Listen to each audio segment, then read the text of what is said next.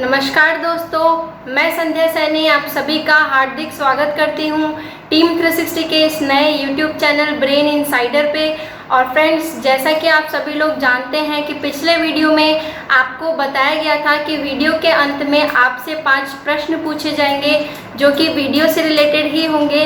और अगर आपके सभी जवाब सही होते हैं तो टीम 360 की तरफ से आप सरप्राइज गिफ्ट ऑफर्स जीतने के हकदार भी बन सकते हैं। तो दोस्तों, आपको वीडियो ध्यान से सुनना है और अंत में डिस्क्रिप्शन पे दिए गए लिंक पे क्लिक करना है और प्रश्नों के जवाब हमसे शेयर करने हैं। आमतौर पर ऐसा देखा जाता है कि जिस भी घर में एक से ज़्यादा बच्चे होते हैं, 2 बच्चे होते हैं या 3 बच्चे होते हैं, ऐसे घरों में बच्चों की आपस में मजाक मस्ती में झगड़े होते रहते हैं। लेकिन कई बार बच्चों के ये झगड़े पेरेंट्स के लिए एक समस्या का विषय बन जाती है। तो दोस्तों, आज जो टॉपिक मैं आप लोगों के लिए लेकर आई हूँ वो टॉपिक यही है कि बच्चों में होने वाले झगड़े को कैसे कम किया जा सकता है। दोस्तों, नॉर्मली ऐसा होता है कि जब बच्चे आपस में झगड़ते हैं और शिकायत आप तक पहुंचती है तो आप बिना गलती जाने या बिना झगड़े का कारण जाने ही आप अपने बड़े बच्चे को ये कहकर समझा देते हो कि आप बड़े हो, आपको समझना चाहिए। तो आपके ऐसा करने से हो सकता है आपके बड़े बच्चे को ठेस पहुंचे। लेकिन अगर आप ऐसा करते हो कि आप अपने छोटे बच्चे को ये कहकर समझा देते हो कि आप छोटे हो, आपको चुप रहना चाहिए, तो दोस्तों आपके ये तरीका सही नहीं है, क्योंकि आपके ऐसा करने से आपके दोनों बच्चे में एक दूसरे को समझने की क्षमता खत्म होती है। लेकिन अगर आप कोई दूसरा तरीका अपनाते हो, आप ये सोचते हो कि आपके बच्चों में झगड़ा ही ना हो, इसलिए आप उन्हें ये कहते हो कि आप लोग दूर दूर रहो या फिर आपस में बात ही मत करो, तो दोस्तों ये तरीका सही नहीं है। क्योंकि ऐसा करने से आगे चलकर जब भी कभी बच्चों की आपस में लड़ाई होती है या झगड़ा होता है तो वो बात करना बंद कर देते हैं और इसका साइड इफ़ेक्ट ये होता है कि उनके बीच में एक डिस्टेंस क्रिएट होने लगता है, दूरियां आने लगती है। और एक ना एक दिन आगे चलकर उनकी इन दूरियों को देख कर के आप ये फील करते हैं कि कहीं ना कहीं उनके इस झगड़े की वजह या उनके बीच की दूरियों की वजह आप ही हैं। दोस्तों, ऐसे कई एग्जाम्पल आपको आपकी सोसाइटी में आसपास देखने को मिलते होंगे।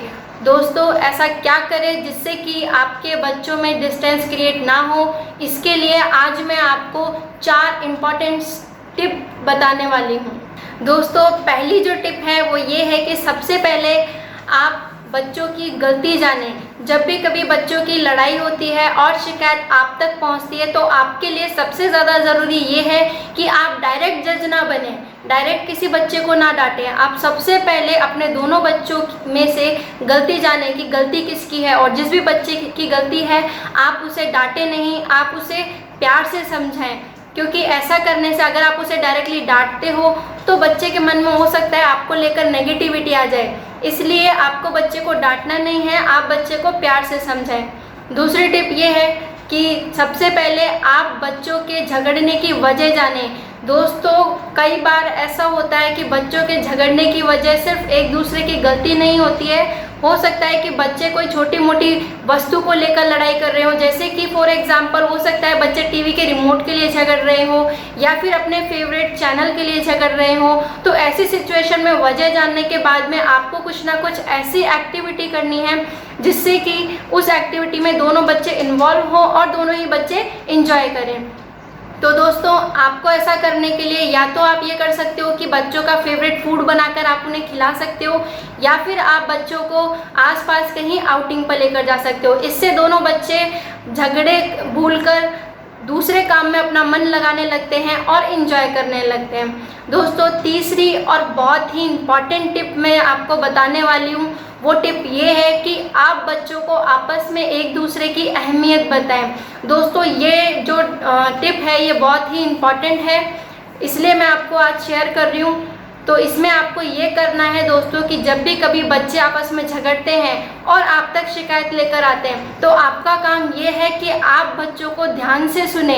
ध्यान से सुनने के बाद में आप बच्चों को डांटे नहीं, उन्हें प्यार से ये बताएं कि जिसकी आप शिकायत कर रहे हो वह आपसे कितना प्यार करता है। तो दोस्तों, आप उसकी जो भी अच्छी बातें हैं वो बच्चे से बताएं और उन्हें ये कहें कि वे आपस में झगड़े नहीं, प्यार से रहें। इससे उन्हें आपस में एक दूसरे की अहमियत का पता चलता है।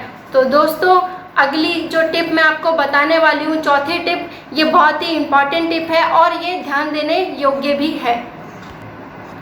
दोस्तों, चौथी टिप ये है कि आप सबसे पहले अपने बच्चों को जानें। देखिए, आप सभी लोग जानते होंगे कि सभी में कुछ ना कुछ अच्छी तो कुछ ना कुछ बुरी आदतें होती है। तो आप लोगों के लिए सबसे ज़्यादा ज़रूरी ये है कि सबसे पहले आप अपने बच्चे को जानें कि आखिर उसकी कौन सी अच्छी आदतें हैं और कौन सी बुरी आदतें हैं जिनमें सुधार किया जा सकता है। तो ऐसा आप तभी कर पाएंगे जब आप दिन के शेड्यूल में से कुछ समय निकालकर अपने दोनों बच्चों को अलग अलग दें और उस समय में आप बच्चों की ही कोई फेवरेट एक्टिविटी उनके साथ करें। आपके ऐसा करने से आपकी और बच्चों की आपस में बहुत अच्छी बॉन्डिंग होती है और बच्चे अपने विचारों को आपसे शेयर करने में कंफर्टेबल होते हैं। दोस्तों, ऐसा करने से आपको बच्चे के नेचर, उसके बिहेवियर और उसके थॉट्स के बारे में पता चलता है। और दोस्तों, इसका एक अच्छा बेनिफिट और ये है कि अगर आप ये एक्टिविटी करते हो तो सोसाइटी में जो भी ऐसे बच्चे हैं जिनके मन में अपने पेरेंट्स को लेकर नेगेटिविटी है कि हमारे पेरेंट्स हमसे प्यार नहीं करते हैं या दूसरे बच्चे से ज़्यादा प्यार करते हैं या मैं इनकी लाइफ में इम्पोर्टेंट नहीं हूँ, तो ऐसी जो भी नेगेटिव विचार बच्चे के मन में आते हैं वो विचार आपके इस एक्टिविटी के ज़रिए दूर किए जा सकते हैं। तो दोस्तों, वीडियो समाप्त होती है और उम्मीद करती हूँ आपको वीडियो पसंद आई होगी। आपको वीडियो कैसी लगी ये आप हमें कमेंट सेशन में ज़रूर बताएं। अपने सुझाव भी आप हमसे शेयर करें। और अब वक्त आ चुका है प्रश्नों के जवाब हमसे शेयर करने का। तो डिस्क्रिप्शन पे दिए गए लिंक पे क्लिक करें और प्रश्नों के जवाब आप हमसे शेयर करिए। दोस्तों, मुलाकात करते हैं अगले वीडियो में नए टॉपिक के साथ। तब तक के लिए धन्यवाद।